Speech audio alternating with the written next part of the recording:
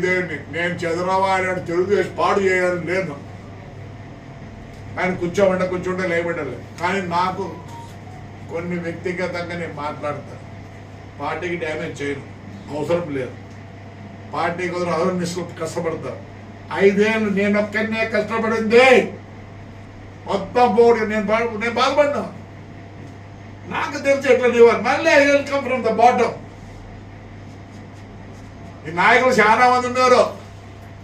ఇవ్వద్దు అన్ని తిరుగుతున్నారేమో. Over night rich అయినోడికి భూ తినేది కూడా రాదు.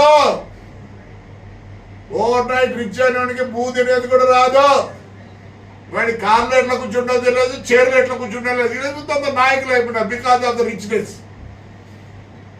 We were taught by our parents, by our teachers how to behave. తగ్గేదే ఉండదు. రైట్ కాజుకు కొట్లాడతా.